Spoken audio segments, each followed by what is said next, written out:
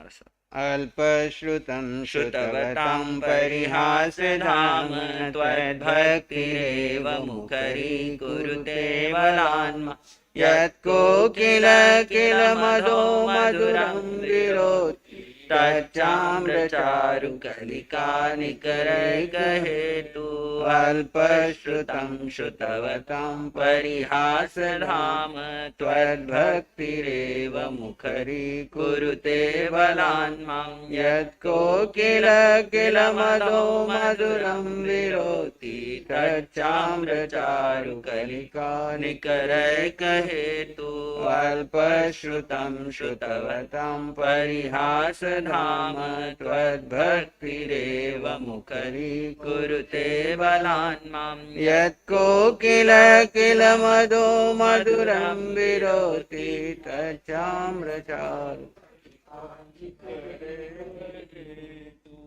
आराध्य अरिहंत प्रभु के चरणों में अनंत अनंत आस्था के साथ वंदन।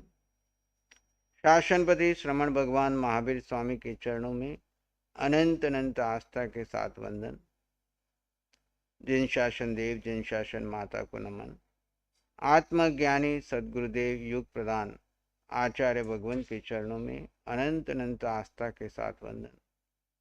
आत्मप्रिय मुनिवृंद, आत्मार्थी साधक साधिकाओं, हम सभी सम्यक ज्ञान के माध्यम से तत्वार्थ सूत्र को समझने का पुरुषार्थ कर रहे हैं। ज्ञान का हमारे जीवन में बहुत बड़ा महत्व है। ज्ञान के बिना व्यक्ति अंधा है। चक्षु तो उसे मिले,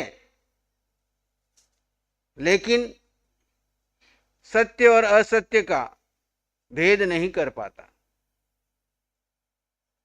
असत्य को सत्य मान लेता है और सत्य को गौण कर देता है, उसको अज्ञानी कहते हैं। हम सब क्या कर रहे हैं जीवन में? सत्य को कितना महत्व दे रहे हैं, असत्य को हम कितना महत्व दे रहे हैं। अनंत जीवों में अधिकांश तो जानते ही नहीं सत्य क्या है और असत्य क्या है। कुछ लोगों ने सत्य के बारे में सुन लिया, समझ भी लिया, फिर भी इसको महत्व नहीं देते। क्यों महत्व नहीं देते? कि उनके भीतर में ये भ्रम है कि असत्य हमको सुख देगा। क्या भ्रम है? भौतिक महाराज के प्रवचन बहुत बढ़िया है, भगवान की वाणी बिल्कुल सही है, लेकिन इन सब चीजों के बिना हमारा काम नहीं चलता। क्या कहते हैं?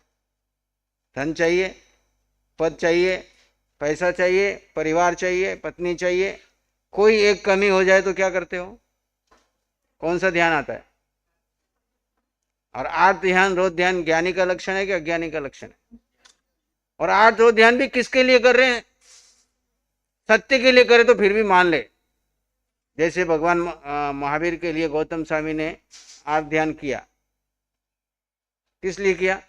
कि सत्य बताने वाले चले गए थे, तब तक मैं प्रमाद में रहा, मैंने अपना काम नहीं कर पाया, सब तो अपना काम कर गए, मैं ऐसे ही रह गया।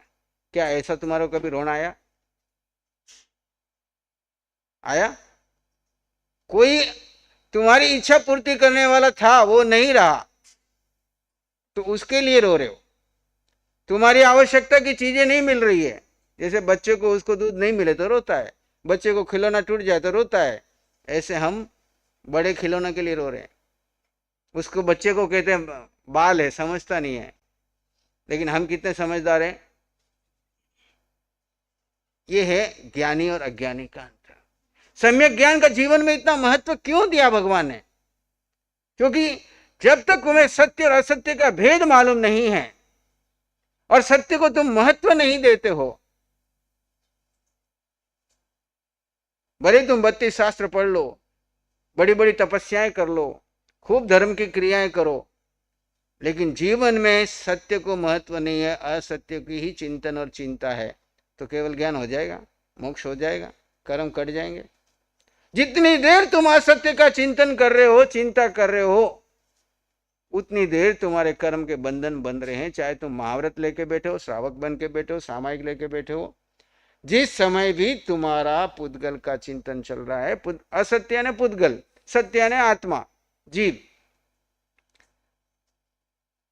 असत्य ने शरीर, शरीर से जुड़ा हुआ संसार, शरीर और शरीर से जुड़े संसार की चिंतन और चिंता करते हो, उस समय मिथ्यात्व में हो, अज्ञान में हो, मोह में हो, कर्म बंधन चल रहे हैं। चाहे आप मुख से कोई क्रिया कर रहे हो, वाणी से कौन सी भी स्तुति बोल रहे हो, मन कहां जा रहा है? बंधन किससे ज्यादा है? मन एवं मनुष्याणाम कारण एवं बंध मोक्ष। मन बंधन का कारण है, सातवीं नारकी तक ले जाता है। और मन वश में आ जाए, घोड़े की तरह लगाम लगा करके इसको मोड़ दिया जाए आत्मा की ओर, और इसको शून्य में ले जा करके आत्मा में जाके स्थित हो जाओ, तो यही मन हमको मोक्ष में सहायक बनता है। और मन के चिंतन में लगे रहे। मन में आप सत्य का चिंतन करते कि असत्य का चिंतन करते? देखो, अब 24 घंटे में आज उपवास कर लिया आपने, मान लीजिए आपने अठाई कर ली, आपने मांस का मन कर लिया। अब उस मांस का मन, अठाई और उपवास पहला तप है। भगवान ने इसको 12वां तप नहीं बताया, 11वां तप नहीं बताया। कौन सा तप बताया? और इसको भी बाह्य तप कहा, आभ्यंतर तप नहीं कहा। आभ्यंतर तप कहां से शुरू होता है? प्रायश्चित से। आभ्यंतर तप कहां से शुरू होता है? प्रायश्चित में हम आलोचना करते हैं। किसकी? कि मन में जाकर के क्या क्या सोचा, क्या क्या चिंतन किया, क्या क्या प्रतिक्रिया। अभी तो हम प्रायश्चित खाली क्रियाओं का कर रहे हैं, लेकिन जब सूक्ष्मता में जाते हो तो मन के अंदर में विचार आया, उसका भी प्रायश्चित, उसका भी प्रतिक्रमण, उसकी भी आलोचना। प्रसन्नचंद राजर्षि ने क्या किया? मन में ही तो चिंतन किया ना, कोई क्रिया से जाकर युद्ध किया था। साधु बन गए, साधना कर रहे हैं, खाली मन में एक विचार आ गया। जैसे आप ध्यान करते करते, सामायिक करते करते कहीं विचारों में खो जाते हो, होते हो ना। अभी भक्तामृत चल रही है, भक्तामृत चलते चलते कहीं चले गए, नौकार मंत्र की माला चल रही, करते करते कहीं चले गए, और कहीं चले गए और कितनी देर चली गई, इधर माला पूरी हो गई और होश आया कि ओहो, मैंने सामायिक में कितना दोष लगा दिया। ऐसे उन्होंने होश आया कि ओहो, मैंने ध्यान में जाकर युद्ध कर लिया, ध्यान में जाकर के बेटे का चिंतन कर रहा हूं, मैं हूं कौन? कभी आया चिंतन अपने भीतर में? शोध करो अपने भीतर में, मैं हूं कौन? क्या मैं ऋषि मुनि हूं? क्या मैं मंत्री हूं? क्या मैं गुरु जी का चेला हूं? मैं वास्तव में कौन हूं? किसके लिए साधु बना? क्यों बना? क्या ये प्रवचन देके नाम कमाने के लिए साधु बना? किसके लिए बना? कहां जा रहा है ये मन? क्यों जा रहा है? क्या भरा मैंने इसके अंदर? भगवान कहते इसके ऊपर शोध करो, चिंतन करो, गहरे में जाओ और वहां आलोचना करो, वहां प्रतिक्रमण करो, वहां प्रायश्चित करो। वहां शब्दों का नहीं, अंतःकरण से तुम्हारे भीतर से धिक्कार भाव आए कि मैं साधु बनने के बाद इतने साल हो गए और कितने मैंने मन से कर्म कांड लिए, कितने मैंने वाणी से मान लिए, कितना मेरा मन भूत भविष्य में गया, कितना मेरा मन असत्य के चिंतन में, पुद्गल के चिंतन में गया, किस तरह की बातें मैं कर रहा हूं, इससे मुझे क्या मिल रहा है? संवर निर्जरा हो रही है कि आश्रव हो रहा है? आश्रव हो रहा है तो मैं ऊपर उठ रहा हूं कि नीचे जा रहा हूं? यहां से आभ्यंतर तप शुरू होता है, प्रायश्चित से। चित्त की पर्यायों को देखो, क्या चल रहा है अंदर। और इसीलिए ज्ञान की आवश्यकता है। अज्ञानी नहीं देख पाता, अज्ञानी तो देख करके खुशी मनाता है, सब क्रिया करके कहता है आज मेरे रोज की सामायिक होगी, बस अब 23 घंटे खुला हूं, 1 घंटे का सुबह का नियम पूरा हो गया, 1 घंटे का स्वाध्याय होगा। साधु बन गए तो क्या होगा? 1 घंटे सुबह का प्रतिक्रमण, शाम का प्रतिक्रमण कर लिया और 1 घंटा स्वाध्याय कर लिया और बाकी दिन भर इधर उधर की गप्पे मारते रहे, लोगों से मिलते रहे, तो हम इसके लिए साधु बने? भगवान कहते हम पंचम मारे में कर क्या रहे हैं? साधु के नाम पे, श्रावक के नाम पे, तीर्थ के नाम पे, हम तीर्थ किस पास ही, चाहे आप वहां बैठो चाहे हम यहाँ बैठो, अगर हम तीर्थ में हैं तो हमारा सबका लक्ष्य एक ही है। ये नहीं कि हम गृहस्थी खुले हैं, कुछ आगार दिए आपको घर मर्यादा के लिए, लेकिन इसका मतलब नहीं कि 24 घंटे मन को वहीं लगाए रखो। कुछ देर के लिए वहां पे भी रहते हुए विवेक पूर्वक कार्य करने को कहा। गृहस्थ में रहते हुए, आजीविका कमाते हुए भी न्याय नीति और विवेक पूर्वक करोगे तो वहां पे भी कर्म काटोगे। और वहां पे विवेक नहीं है, बेहोशी है और आत्मोध्यान कर रहे हैं, क्रिया प्रतिक्रिया कर रहे हैं, तो भगवान की दृष्टि में हम तीर्थ नहीं है, फिर हम बंधन ही बंधन बांध रहे हैं। इसलिए क्रिया से ज्यादा अक्रिय अवस्था का महत्व। सत्य जो है वो अक्रिय है, सत्य जो है वो अक्रिय है। क्रिया सब ये मन वचन काया कर रहा है, ये भौतिक वस्तुओं का शरीर बना हुआ पुद्गल कर रहा है। इसमें जीव कहाँ है? हम अपने जीव की ओर ध्यान दें।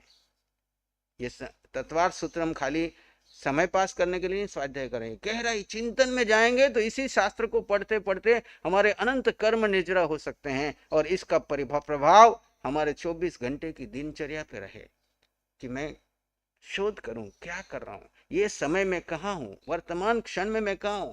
भूत में जो हो गया उसका खाली प्रतिगमन किया जा सकता है और कुछ हो नहीं सकता। भविष्य अभी आया नहीं तो उसकी कल्पना करके, उसकी चिंतन और उसकी चिंता में जाकर के संकल्प विकल्प करके नवीन कर्म बंधन नहीं करूंगा। वर्तमान क्षण मेरे पास है। वर्तमान क्षण कितना छोटा है, सेकंड का भी असंख्यात अभाव, एक पलक झपकते भी असंख्यात समय बीत जाते हैं। एक पलक झपकते उसके पहले वाला भूत हो गया, आने वाला भविष्य। वर्तमान क्षण में मैं जीव में रहूं और जीव के साथ ज्ञाता दृष्टा भाव। जीव का स्वभाव क्या है? ज्ञाता दृष्टा भाव, यानी जो कुछ हो रहा है केवलीवत देखो। केवली कुछ करते हैं, तीनों लोग उनको दिख रहे हैं, हमारा भूत भी दिख रहा है, भविष्य भी दिख रहा है, वर्तमान भी दिख रहा है। वो किसी के संसार में दखल अंदाजी नहीं करते, इसीलिए तो केवली है। हमारे जैसे दखल अंदाजी करते इसलिए हम उसमें फंसे पड़े, वो संस्कार वो विचार हमारे मन में भर लेते हैं और हमारे शुक्ल ध्यान की धारा टूट जाती है। किसी भी घटना को देखते हैं, पढ़ते हैं, सुनते हैं और उसकी छाप हमारे ऊपर बढ़ जाती है। अभी मति ज्ञान में हमने देखा ना, अवग्रह यह अवाय तक कुछ नहीं है, धारणा में जो गया वो संख्यात काल तक हमारे साथ रहेगा। और कब किस समय हमारे शुक्ल ध्यान की धारा तोड़ दे, एक समय के लिए भी कोई विचार आ जाता है तो हमारी अखंड धारा जो चल रही है शून्य की, अक्रिय अवस्था की, वो टूट जाती है। तो कितनी सजगता जीवन में हमको चाहिए। इसके लिए ज्ञान आवश्यक है और ज्ञान में भेद विज्ञान। भेद विज्ञान में हम श्रुत ज्ञान के माध्यम से भगवान की वाणी से सुना, मति है तो श्रुत है, मति कारण है तो फिर श्रुत कार्य है। तो श्रुत ज्ञान से हमने जाना कि शरीर अलग है और आत्मा अलग है, जीव अलग है और अजीव अलग है। अब हमको महत्व अजीव को देना है कि जीव को देना है। अगला ज्ञान हमने देखा, जीव को महत्व देना है, अजीव को उपयोग करना है। क्या करना है? साधन मान करके। जैसे गाड़ी लेकर के आए आप यहाँ पे, तो गाड़ी साधन बना करके अवध संग्रीला पहुंचना है, वापस अपने घर जाना है, इतना ही उसका उपयोग है। इससे ज्यादा उससे अटैचमेंट करोगे तो क्या करोगे? गाड़ी में बैठ ही नहीं पाओगे। उतनी उसको तैयार रखना है ताकि वो अपनी मंजिल तक पहुंचाए। ऐसे ये शरीर है गाड़ी, जो हमारे कार्बन शरीर को निकाल करके इस औदारिक शरीर पर लाने के लिए, जो दबे हुए कर्मों को उदीर्ण करके तप करने के लिए, साधना में सहयोगी लेने के लिए इसका साधन रूप में उपयोग करेंगे, पर इससे मोह नहीं करेंगे, इससे अटैचमेंट नहीं करेंगे, इसको लेकर के चिंतन और चिंता नहीं करेंगे। अभी शरीर में चाहे कैसा भी रोग आ जाए, कैसा भी संकेत मिल जाएगी, ये हो रहे हैं, सजगता है, लेकिन उसके लेकर के चिंता नहीं है। क्यों चिंता नहीं है? कि कार्बन शरीर में से जो कर्म निकल के आएगा उसके लिए साधन को नहीं, औदारिक शरीर ही है। और कार्बन शरीर को मुझे हल्का करना है, न कि भारी करना है। जो अपने जीव का हो गया वो सिद्ध शिला का अधिकारी है। जो अपने जीव का नहीं हुआ, जो जड़ का हुआ, वो सिद्ध शिला का अधिकारी नहीं है। सिंपल छोटी सी परिभाषा। आप सिद्ध शिला के अधिकारी हो या नहीं हो, आप जीव को हो, जीव का चिंतन करते हो, जीव का ध्यान करते हो, जीव को समय देते हो, जीव में रहते हो और जीव के अलावा अन्य चिंतन को गौण करते हो, तो आप सिद्ध शिला के अधिकारी हो और उस दिशा में पुरुषार्थ करोगे। और अगर आप सुबह उठने से लेकर रात सोने तक इस जड़ की चिंता करते हो, जड़ का चिंतन करते हो, जड़ को लेकर के चिंतित रहते हो, इसकी सुख सुविधाओं के साधन जुटाने की चिंता करते हो, जरा सा कम हो गया, जरा सा ज्यादा हो गया तो पहला दूसरा ध्यान करते हो, तो समझ लो अभी सिद्ध शिला खाली कल्पना में है, शब्दों में है, अभी आप उसके अधिकारी भी नहीं हुए, उसकी तैयारी भी नहीं हुई है। इसके बाद तीसरा ज्ञान आता है अवधि ज्ञान, जिसकी कल हमने चर्चा की कि अवधि ज्ञान यानी रूपी पदार्थों को जानते। इसके लिए किसी साधन की जरूरत नहीं है, न मति ज्ञान की, न श्रुत ज्ञान की, न इंद्रियों की, न मन की, न बुद्धि की। आत्मा के ऊपर से जैसे जैसे आवरण हटेंगे,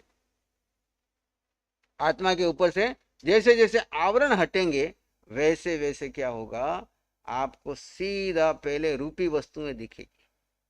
अवधि का मतलब है दूर तक कहीं रूपी वस्तु कुछ पड़ी हुई है तो आपको दिख जाती है। अरूपी देखने की क्षमता नहीं है, भले अजीव की भी है। रूपी कौन है? पुद्गल। दूर तक कहीं पुद्गल, कहीं कुछ हो रहा है तो उस पुद्गल का जानने का आपको अब अवधि ज्ञान का हमारे को प्रयोजन क्या है कि उस रूपी पदार्थ को देख करके हमारे भीतर में वैराग्य आए तो अवधि ज्ञान को हमको कुछ फायदा है, नहीं तो हमारे को क्या फायदा। रूपी वस्तु को जान लिया, लेकिन हम कहाँ यहाँ रूपी वस्तु में अटके हुए हैं और हमने अवधि ज्ञान में भूतकाल में या कहीं और जगह पे क्या क्या किया वो दिखा और हमको वैराग्य आए कि ये क्या इन रूपी चीजों के पीछे मैं अटक रहा हूँ, इसके पहले मैं इतना भोग के आया, इतनी जगह वो पड़ा, कितना पुद्गल का संसार है, मैं कितने पुद्गल, इतने से पुद्गल के लिए आत्म ध्यान कर। तो आपको वैराग्य बढ़े तो वो काम का है, अन्यथा तो वो एक ज्ञान है, रूपी वस्तुओं को जानना। और उसके 6 भेद हमने देखे। आज हमारा विषय है मन पर्यव ज्ञान। मन पर्यव ज्ञान क्या है? ऋजु विपुलमति मन पर्यव। अर्ध मन पर्यव ज्ञान के 2 भेद हैं, एक ऋजुमति मन पर्यव ज्ञान और दूसरा है विपुलमति मन पर्यव ज्ञान। मन पर्यव ज्ञान का विषय क्या है? मन के अंदर में आप जो चिंतन कर रहे हैं उसको जानने की क्षमता। मन के अंदर जो चिंतन चल रहा है उसको जानने की क्षमता, वो है मन पर्यव ज्ञान। 2 भेद बता दिए मन पर्यव ज्ञान के। 2 भेद, ऋजुमति मन पर्यव ज्ञान, विपुल। ढाई द्वीप में रहने वाले सन्नी पंचेंद्रिय जीवों के मनोगत भावों को साक्षात जानने वाला ज्ञान मन पर्यव ज्ञान। ये सिर्फ मुनियों को ही होता है, ये मन पर्यव ज्ञान मुनियों को होता है और तीर्थंकरों को दीक्षा लेने के तुरंत बाद हो जाता है। इसमें सरल रूप, जटिल रूप में या सामान्य रूप में विशेष रूप से एक दूसरे के मन में स्थित रूपी पदार्थ को प्रत्यक्ष जानता है।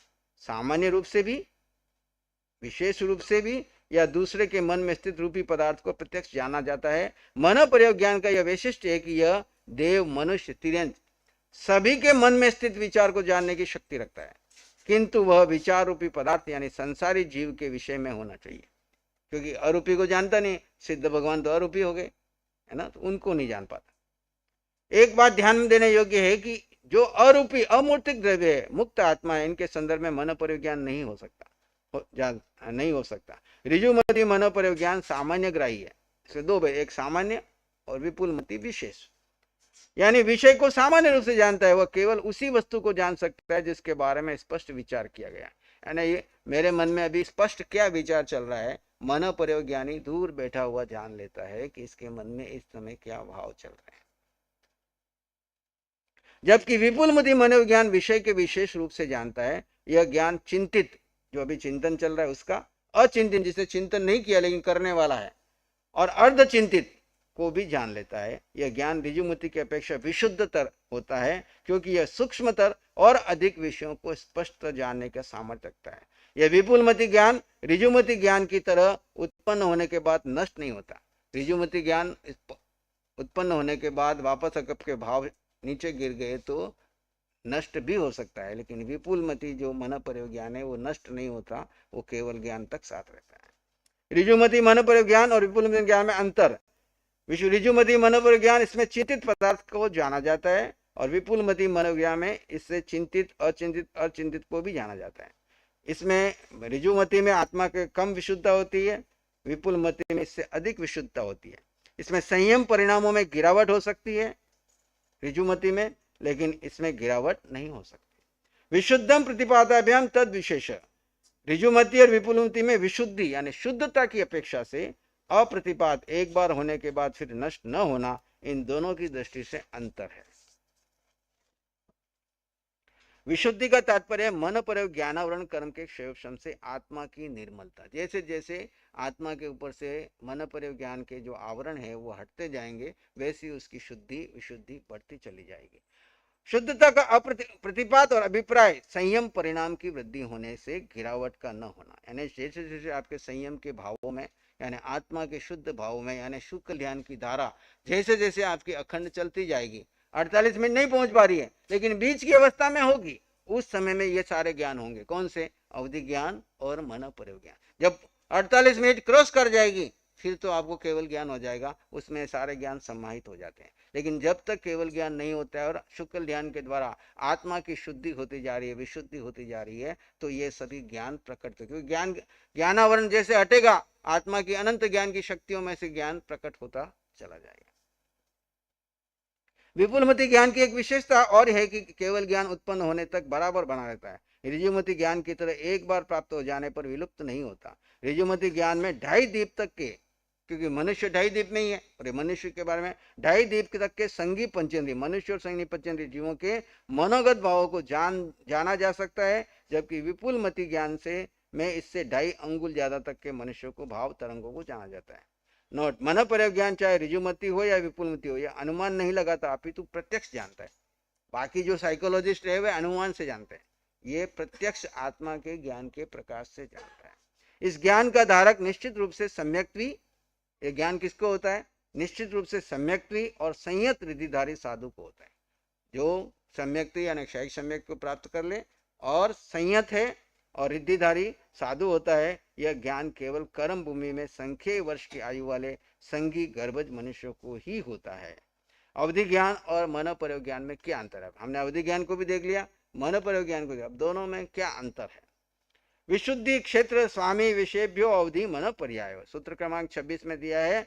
विशुद्धि की अपेक्षा से, क्षेत्र की अपेक्षा से, स्वामित्व की अपेक्षा से, विषय की दृष्टि से अवधि ज्ञान और मन पर ज्ञान में अंतर भेद है। विशुद्धि क्षेत्र की अपेक्षा से उसका उत्पत्ति क्षेत्र, विषय क्षेत्र। अवधि ज्ञान त्रस्त नाड़ी में समस्त लोक में जितने भी जीव हैं उन सब के रूपी पदार्थों को वो वहां इस पूरे लोक में रूपी पदार्थों को जान सकता है। मन पर ज्ञान विशुद्धि की दृष्टि से अधिक विशुद्ध है अवधि ज्ञान से, और मनुष्य लोक में, क्योंकि 2.5 दीप में मनुष्य रहते हैं, तो 2.5 दीप में मनुष्य लोक में 45 लाख योजन घन पृथक का जो इसका रूप क्षेत्र है, इस क्षेत्र में मन पर ज्ञान का रहता है, और इसका त्रस्त नाड़ी में समस्त लोक पड़ा। इसका स्वामी कौन है? अवधि ज्ञान के स्वामी चारों गति के संगी पंचेंद्रिय पर्याप्त जीव, चारों गति के संगी जीव पर्याप्त जीव, क्योंकि देवता को अवधि ज्ञान जन्म से होता है, नारकी को भी जन्म से होता है, और मनुष्य और तिर्यंश को साधना से उत्पन्न हो जाए, इसलिए चारों गति के संगी पंचेंद्रिय जीव अवधि ज्ञान को प्राप्त कर सकते हैं। जबकि मन पर ज्ञान जो है कर्म भूमि के गर्भज मनुष्यों को, उसमें भी जो संयमी है, सम्यक दृष्टि हो, या जो वर्धमान चरित्र यानी जिनका चरित्र ऊंचा ऊंचा बढ़ता जा रहा है, ऐसे जीवों को ये मन पर ज्ञान होता है। विषय अवधि ज्ञान सूक्ष्म तक, परमाणु तक को जानने की क्षमता रखता है। अवधि ज्ञान के विषय का अनंतवा भाग मन के विकल्प ज्यादा सूक्ष्म होते हैं, यानी रूपी पदार्थ में परमाणु तक, और मन के विकल्प उससे भी ज्यादा सूक्ष्म होते हैं, तो उससे ज्यादा सूक्ष्म क्षेत्र है अवधि ज्ञान का। तो विशुद्धि क्षेत्र स्वामी विषयोभ्यो अवधि मन पर्याय, इस अपेक्षा से दोनों में अंतर है। अब 5 ज्ञानों का विषय, मति श्रुतियोर निबंधो द्रव्येष्व सर्व पर्यायेषु, सूत्र क्रमांक 27 में 5 ज्ञानों का विषय में मति ज्ञान और श्रुत ज्ञान की प्रवृत्ति, ग्राह्यता सर्व पर्याय रहित अर्थात परिमित पर्यायों से युक्त सब द्रव्यों में होती है। मति और श्रुत ये दोनों ज्ञान द्रव्यों की कुछ पर्यायों को जानते, सभी पर्याय नहीं जान पाते, कुछ पर्यायों को जानते, समस्त पर्यायों को नहीं। द्रव्य 6 हैं। कितने द्रव्य हैं? कौन कौन से? शिवांश नाम बता। धर्मास्तिकाय, अधर्मास्तिकाय, आकाशास्तिकाय, ये तीनों अरूपी हैं और अजीव के, है ना। फिर काल और पुद्गल, पुद्गल रूपी है। जीव भी जीवास्तिकाय, जीव भी अरूपी है ना। तो ये 6 द्रव्यों में से जीव, पुद्गल, धर्म, अधर्म, आकाश और काल, इन द्रव्यों में से एक एक द्रव्य की अनंत पर्याय होती है। एक एक द्रव्य कितनी होती है? अनंत पर्याय होती है। इनमें से कुछ पर्यायों को ही मति ज्ञान और श्रुति ज्ञान जानते हैं। धर्म और अधर्म आदि द्रव्य तो अमूर्तिक है, ये मति ज्ञान के विषय नहीं हो सकते। मति ज्ञान इंद्रियों की तरह मन से भी हो सकता है, और मन स्वयं अनुभव करके या शास्त्र सुन करके अमूर्तिक द्रव्यों का चिंतन करता है। इसलिए मनोजन्य मति ज्ञान की अपेक्षा से यह कहा जाता है कि मति ज्ञान अमूर्तिक द्रव्यों में भी प्रवृत्ति ग्रहता कर सकता है।